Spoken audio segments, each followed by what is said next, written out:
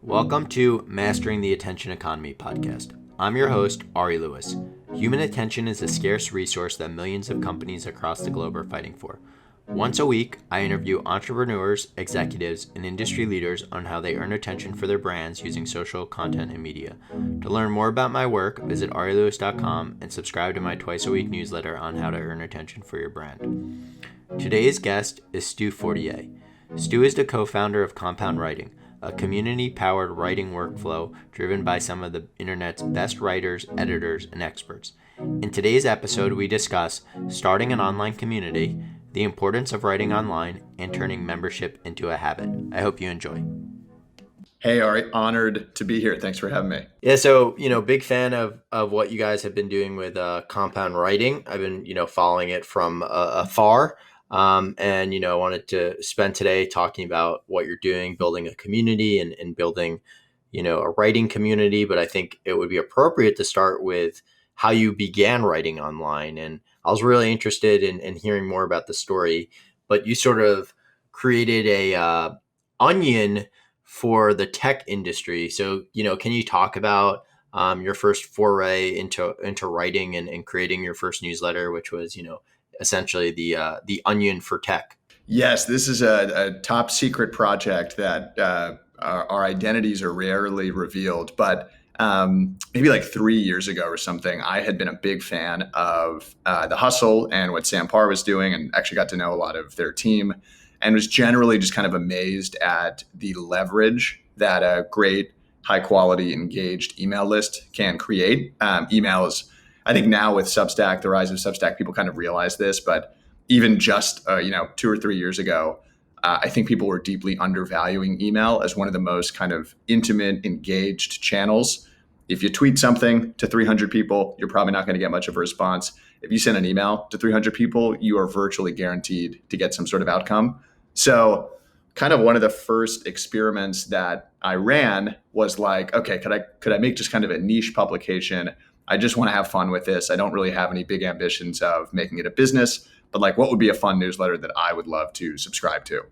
And maybe if you follow VC Brags on Twitter, or like you're in the tech Twitter sphere, there's just a completely unhealthy amount of, smugness and hype and whatever in the tech Twitter sphere. I actually think it's gotten much better with people being called on it.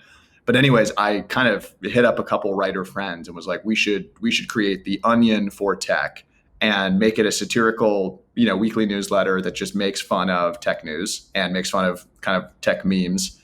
And we launched this. That we created a fictional CEO. You can go look him up on LinkedIn. He has a profile, Carl Cantana, who's this madman former entrepreneur who started this media empire that we called Tech Love. So anyways, once a week we sent out, it was like The Hustle, but fake. We sent out satirical news stories, and the engagement was amazing. People loved it. We ran all these user challenges. Like we realized that Gary Vee in all of his videos had the AirPods with wires in it. So we started a GoFundMe to buy him AirPod Pros, the new AirPods where you could actually cut the wire. And we literally had strangers on the internet donating $5 or $10 for this ridiculous gimmick. We became the lowest rated company on Glassdoor, which was another initiative we started. So anyways, we just had a bunch of fun, grew it to like a few thousand kind of engaged subscribers. But that was my first foray into, seeing the power and kind of the fun, frankly, of creating and writing online. Hey, Stu, that was a great answer. Really love that. And, obviously I follow VC Brags and sort of see some of the parody accounts of folks like Naval and whatnot. So, I think that's sort of a good segue into, you started Compound Writing, which is an online writing community.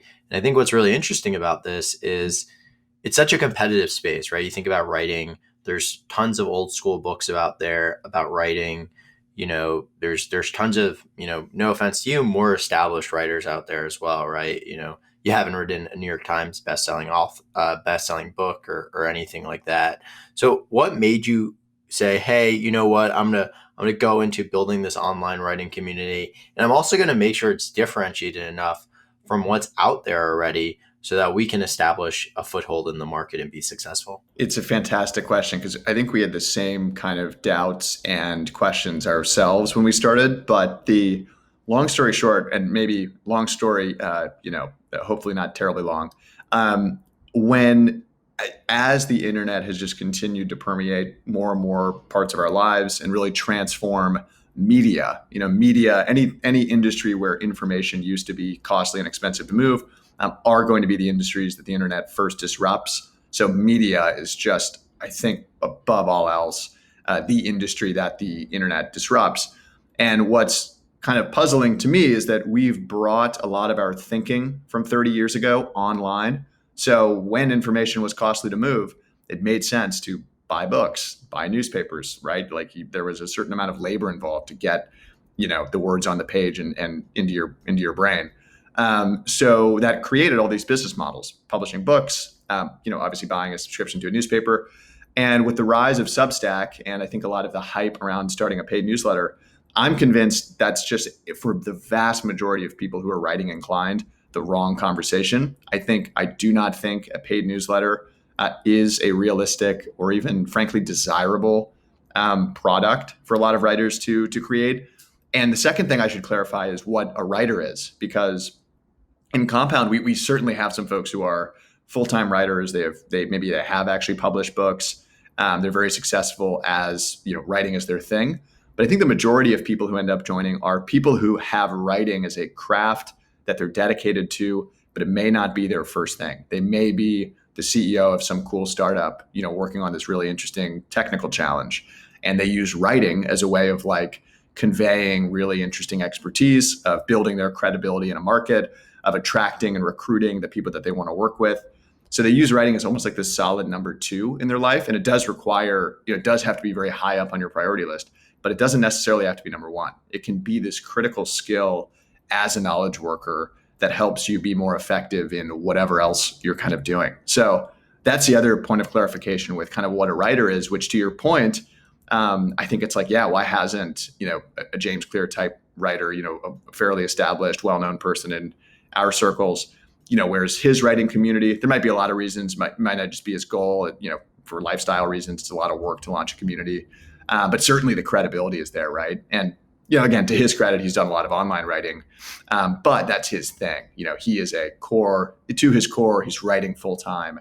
Whereas I think a lot of folks, writing is a multiplier. It's this really amazing leverage point for them. So that's why I think I felt comfortable, I felt like I understood this market because I have been, in my case, co-founder and CTO of a bunch of different startups, have had the busy day job and use writing for me really is more of a hobby, creative expression thing. I've been publishing consistently for years on my blog. And I think I see the use case much more clearly for people like me who maybe have the busy day job, but also view writing as a craft that they want to keep investing in because it has these wonderful spillover effects into their career and other things they do. So that, to speak a little bit to the differentiation point, that's kind of who we're targeting. And I think a lot of the writing advice books and stuff that have been out there, they're certainly still useful. And I think they're invaluable to anybody who's writing inclined. But I think they tend to skew towards people who really want to make it as a writer, want to get a book deal, want to be the New York Times bestseller list. I think they're a little bit slated towards what I view a little bit as old world publishing, though it certainly makes still a ton of sense in many contexts today. But people who really want to do it full time. So that's maybe I'll pause there, but that's kind of who we've built this thing for and how we kind of have positioned it to date. As we've started to grow. Yeah, that makes a lot of sense. Like one of my favorite books is Stephen King's On Writing, but when reading it, it's not a book. First off, the book was published in 2000. Online writing wasn't really a thing. Yeah, you could write a blog, but it wasn't as simple as what it is today. And I think that makes a lot of sense. Is that you're sort of building this community for the next generation of writers. I think I guess a follow up question to that is, how important do you think for writing online is optimizing for writing online and thinking about audience development? You brought up someone like a James Clear, right? He's a writer, and yes, he's done a great job of building an audience, but as core, he's a writer. And I think one of the things that people don't understand about the Substack is that, all these journalists aren't entrepreneurs, they're not small business CEOs. They just want to focus on content creation and they're not thinking about audience development. Is that something that goes hand in hand in your writing community? Because obviously, it sounds like many of your writers are thinking about not really just about writing, but writing in order to build an online community or an online audience. Yeah, it's a fantastic question, and you're absolutely right. It is I don't know if it's necessarily the number one thing that our members are, talking about, thinking about, at least peripherally becoming more aware of, the importance of kind of intentional audience building. But our angle is actually, it's not necessarily unique to us, but we certainly have a somewhat strong opinion here that almost always when people have a challenge with growth, they probably have a challenging with positioning or quality. And that's a far over simplistic statement because like there's absolutely very talented people who, if they put a little bit of more effort into audience building and like quote unquote marketing, they probably would be more successful. So it's certainly not like a blanket rule. But I think in general, what we've discovered, we actually host very often these distribution brainstorms with uh, folks like Steph Smith from The Hustle, who just know she literally wrote the book on online distribution this year. And as we kind of talk to her about specific growth or audience building challenges that a lot of our members have, really at the core we end up realizing, you know what, this is actually just like a positioning problem. What are you trying to say that's unique and interesting? This is like a quality problem. I don't think what you've said has quite reached its potential. Like I think if you wrote something that was really punchy, that's how you end up on the front page of Hacker News and get a nice influx of subscribers. So there's definitely not like a one size fits all solution, but at Compound, what we're really obsessed with is the quality piece. How do we solve the quality challenge? I loved a comment you made about a lot of these journalists who are going to go launch their Substack. And Substack, to their credit, I know is working on a lot of these periphery services. But one of the core things you get working in a writer's room and working at a like say a news organization, for example, are great editors. And not only that, but like are great peers can give you constructive input on your work. And actually, a lot of great stories, a lot of great writing, certainly, is a result of peer collaboration and is a result of like getting input early and often in a piece of writing and like really, frankly, like at a deeper level, the idea formation. And that I think is what most people publishing a Substack lack. They're sitting there on Sunday, and God, I know this because this is what I've been doing for years. And you've got 3 hours to yourself and like you've got a publish date and you are sitting at the blank page like, all right, time to ship my weekly newsletter. And sometimes that's fine, like you do just have to crank stuff out. But to really write great stuff, we're convinced if you can write something that's great, you will get traction with kind of some reasonable level of marketing effort and audience building effort. The challenge is, how do you write great stuff? So for us, that's why we built the community. We think there's no better way to accelerate the quality of your work and therefore the speed at which you grow than to write better stuff. And the way you do that is by getting great peer feedback. So long, I don't even know if I answered your question, but long answer. No, that's a great answer, and I suffer from those same problems. I mean, I've written probably 60,000 plus words online this year, and yeah, sometimes you just have those days where like you just don't want to publish, and you just got to fight through it. And it would definitely help to have a team in order to do that. And I think there's so much that can be said about having people around you that sort of are motivating you to write. I guess on that note, how do you ensure that there's sort of that collaborative effort within the community? I think that a lot of these courses or communities, that's like one of the biggest issues is right creating a collaborative community. And the other thing, and I don't know if you've had this problem yet, is and I know it's a bit different, but I think of like Hacker News where um, now they've grown so large. There's a very active community, but it's so vile in some regards, right? And I'm not saying that will happen to you guys, but also how do you think about not just creating a collaborative active community, but a collaborative active community that is positive and constructive rather than just negative? What an amazing question, because this is the, I think, fundamental like I don't know if advantage is the right word. That might be a little generous, but the fundamental difference when people are having a conversation with the intention of producing an artifact of work is very different than people kind of scoring points for their team in the comment section, like, or on Twitter or whatever.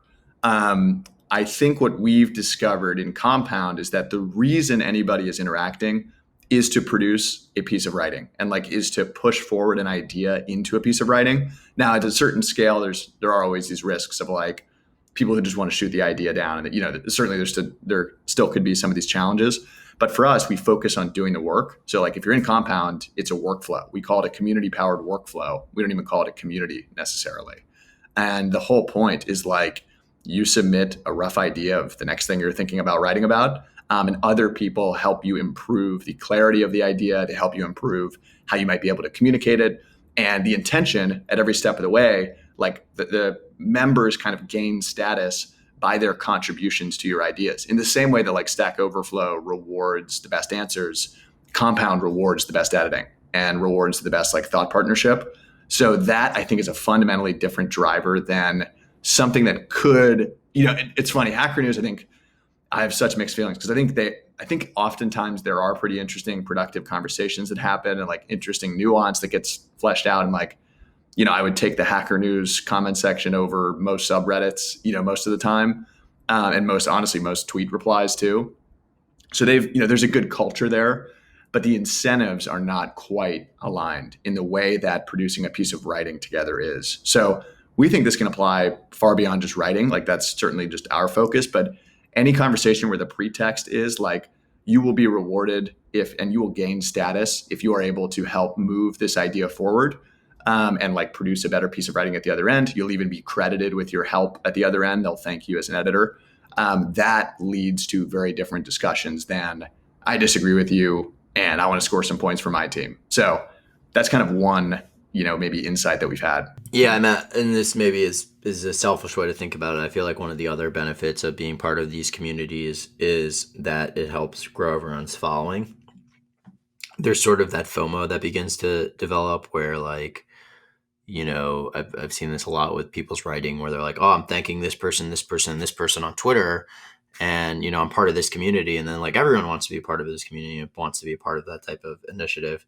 So I feel like that's another thing that probably, and maybe you guys realize this, maybe not, that keeps people going because it helps them go like, oh, this is a way for me to grow my following is by doing this with others who I'm invested in them and they're invested in me. It's just a theory. Not sure if that's necessarily true or not. Yeah, I do. I definitely think there's some aspect of that. And it's something we're thinking a lot about. Like I certainly think, 1+1 can equal 3 with online writing. If you can kind of create some tight knit groups of folks who help each other out and shout each other out, it certainly can be a great way to get a nice little boost in your audience, and like your general traction. At the end of the day, to grow to any meaningful scale, though, obviously you do just have to produce great work. And the people, in our little echo chambers on Twitter, I'll see people get tagged repeatedly, and like I kind of know who knows who, and it's fun. I'll interact with them. I kind of know them. But if I wasn't in that like inner circle, I'm really just going to judge the work by the work. And like if this person cannot produce interesting stuff, like I'm just not going to follow them. I'm not going to read their stuff. Like I'm just going to churn out. So there is this, like, I think it's a great way to find the motivation to maybe develop a habit. It can be a great way to maybe get some early traction on specifically on audience growth. But I think from the writer's perspective, the only real way to win long term is by producing quality work consistently over a very long period of time. Speaking in generalities here. And so it does taper off at a certain point of growth where like, to get the next 10,000 subscribers, frankly, they don't give a shit like who your friends are. So that's one. The other thing with the motivations of the contributor, that's a really fun one because I think you're totally right. Some folks, it may be very motivating because you'll get a shout out. You'll see your name in a big newsletter where you actually helped add some ideas and be constructive. But the thing that I think we're trying to figure out, and we've already seen start to happen, is like, is there a world, again, somewhat similar to Stack Overflow? Maybe there's some similarities to Yelp here where you kind of become a a local reviewer, I don't know, the Yelp Elite or whatever, you gain status by your contributions to the network, by the value people find. I think there's people who write Amazon reviews. You get some pleasure out of doing it, but you gain status as someone who reliably contributes and adds value, and as a result, people kind of seek out your opinion more. You build a reputation on the quality of your thought contributions to a piece, and that's a little. And actually, I think to some extent that happens on Twitter, right? You want to follow the most interesting thinkers. You know, I think Naval has a big popular account. A, because I think he has a lot of real world credibility, but B, he just tweets intriguing things, and like I routinely, if even if I don't agree with him, there's clearly a level of clarity of thought that is like intriguing to follow. So sometimes that happens on Twitter. People are rewarded for their quality of thought, but like, where do you get rewarded for your quality of contribution? Like where is there a place and is there a way where you can build status for the quality and degree to which you can push ideas forward with other people and be constructive? And I think like that's actually will become a motivator for people. And we actually believe in investing in that, even though it's not necessarily super obvious yet, because it doesn't necessarily convert to more email subscribers right now. We think long term it could have big impacts on people's career, how they make relationships. They're just going to be sought out as a thoughtful person. So those are a few rambling thoughts. Again, hopefully I kind of answered your question. No, you definitely did. And one of the, a couple thoughts on my end is, I do think one of the interesting things about writing online is that like it makes you an expert without having to be the expert, and that you publish 20,000 words about some niche topic. Even if you have no experience in it, people will just start thinking you're an expert through association. So talking about some of the things that you said definitely reminds me of that. A question that I had though related to what you said is you talked about, not necessarily following writing where like you read it and you churn off pretty quickly. How do you ensure that there's a good onboarding? Like maybe you see a writer come on and he's just like a bad writer, and maybe bad is not the right word. He hasn't refined his writing well enough yet, or she hasn't refined her writing well enough yet. What do you do to make sure they stay motivated so that they continue to write? Because like I remember when I started writing and my first article was horrendous. Like I don't even know you can find it online anymore, but it was really bad. And I kept writing, and now like people tell me I'm a good writer. I don't actually know if I am, but some people think I am.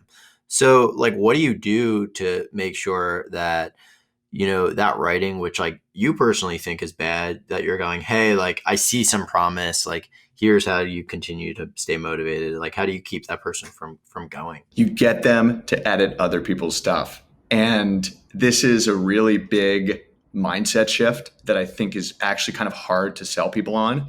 But once we do, they kind of never go back. It's like taking the red pill or whatever. And this is, I think, the fundamental insight that we don't think the world has caught on to yet, that we're certainly excited to keep doubling down on, which is if you as a writer, oftentimes it does happen. Maybe someone joins Compound, they're seeing kind of the caliber of other people in the group, and they're thinking to themselves, oh shit, like I'm not as good as I thought I was, and not even close, frankly. And that's very intimidating. And so one way to get over that, I think, which you alluded to, is actually just to keep showing up and keep writing. You're right. I do think keeping up a practice inevitably leads you to become better at it. Maybe somewhat against my, counter narrative to a lot of what I believe. I think can get you pretty far. Even if you don't get feedback, just getting a baseline practice in place will go a hell of a long way. So that's one. But I do think a lot of people have been able to do that and still feel like they're hitting a wall. And this is where I think our core idea around, and this is just the core activity of the group, is like when you feel stuck, when you feel like how much more can you progress, go into another writer's draft, add your 2 cents, start to identify where things don't really make sense for you, where things lose a lot of momentum. Was the intro too long? Like leave a comment to tell them it felt a little long. And what you'll notice is you'll start to develop this mindset of like the engaged reader, and you'll start to really see writing through the lens of somebody who has a chance to interact with the ideas, has a chance to help construct them, has a chance to refine them. And as a result, when you then go write your next piece, you'll be able to shift into this modality of like, what is the reader's experience actually like? And you'll start to develop almost this empathy for that experience, which will translate into better writing. And you will find yourself starting to be a little bit more thoughtful and tactful with how you craft ideas and how you share them that make them fundamentally more interesting to read, make them, much more clear, make them much more entertaining, frankly, which is another undervalued part of writing, making it entertaining and fun. Um, so that's our opinion, if you will. That's what we see is like for the people who feel stuck, how can I get any better? I've taken some courses, I've been shipping consistently. We're totally convinced it's like start to flex your editor muscle. It's really hard to flex on your own writing. You have to kind of use it on other people's stuff because you can be much more objective. You will start to immediately notice all the things that could be better about their writing that also could be better about your own. So that's one answer. Again, that's certainly our kind of slant on this problem. So a question that sort of ties a lot of the past 20 minutes or so of the conversation together, but what does the funnel look like for you all at Compound Writing? How does someone find you? How does someone decide, like, I'm going to join the free newsletter, to I'm going to become a paid member, to I make sure that they're onboarded correctly, to making sure that they're retained correctly? Do you have a formal process? Is it more informal? I guess, tying our whole conversation together, like, what does that funnel look like from audience acquisition all the way to audience retention? Yeah, totally. We don't have. I don't think I think we're still in the stage to where we're figuring out what channels are most effective to attract the best writers and to find the best folks. Thankfully, by kind of being a very community oriented business and now kind of product, referrals have been great. We started off with some great folks in the group. They've referred other writers who are very talented, who have then referred, one or two folks they know. So referrals have consistently been a very, a wonderful source of new leads for us. The other thing has been just like kind of like cut and dry content marketing, to put it plainly, but really trying to write about, do interviews around the topics that we think are most common for the folks who we want to attract. So it's, again, content marketing 101, but it was all kind of new to me. But we got together with a former editor from the New York Times, who's also in the group, former managing editor at The Hustle. And we put together a short, simple guide of how to edit well. And I put that in a tweet, like, hey, DM me, retweet this, or DM me if you want it. And it just exploded. I think that added 200, 250 people to our wait list just from that one tweet and that one piece of content. And it was just like the bat signal for finding the right people who want an editing guide written by a former New York Times editor. That's who we want in Compound, most likely.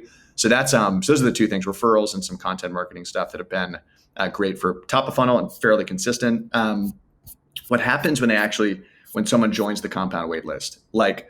Majority of people do not get in. We accept. I guess it's variable based on the quality of the some kind of pieces of content attract more or less, serious, talented writers or whatever, but probably averages out around 15 or so % of people who actually apply get invited to do an interview. We actually interview every single person who joins.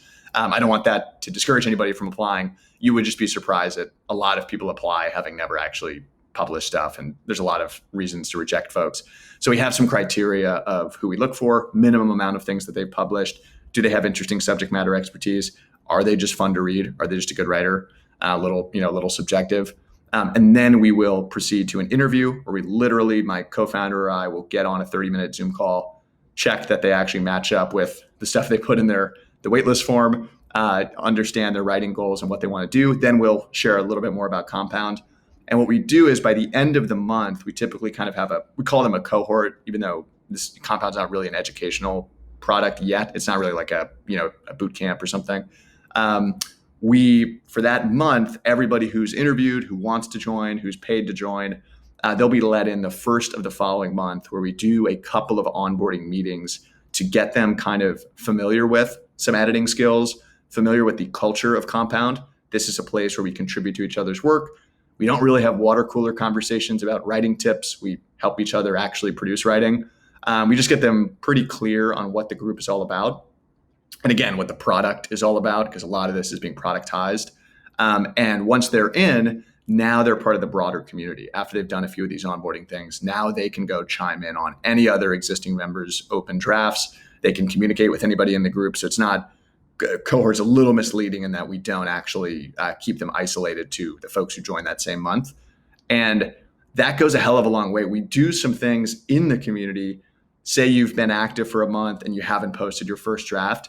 We have a ton of automations to check in and just say, hey, like anything we could do to help nudge something over the line, anything you're blocked on, do you just want to take the month off? Our pricing is quarterly. So members, maybe they just got busy and that's fine. They'll get value the next month. So we kind of do a lot of things after they join that helps encourage them to stay engaged. And I think it's generally pretty effective for retention. Yeah, that's a great overview of sort of how you guys are doing it, especially since it's not formalized yet. But as we begin to wrap things up, one of the questions that I always like to ask guests is, what is one thing you would tell the listener who like your big takeaway, your big lesson for them that you've learned, since starting Compound, that you would want them to know, before we end our conversation? Whew, I know. I still feel like such a student that I feel that I've learned so much the last 6 months doing this that I don't know how generalizable some of my learnings are, but there's definitely, if I were to say, like, if you're interested, if you're maybe either writing online, you have a blog or a Substack or something, or you're interested in starting an online community, I think the biggest thing that most online communities, the biggest mistake they make, and mistake, again, a little bit of a judgy word, this is just my opinion, is that they conflate a category, like their niche. I'm making a community for podcasters, for example, with a purpose.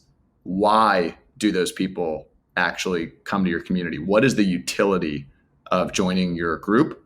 I'm convinced most of the crappy Slack groups that I've joined with, fantastic people in them that I don't engage with, lack that second piece. I think you have to give people a clear reason to re-engage.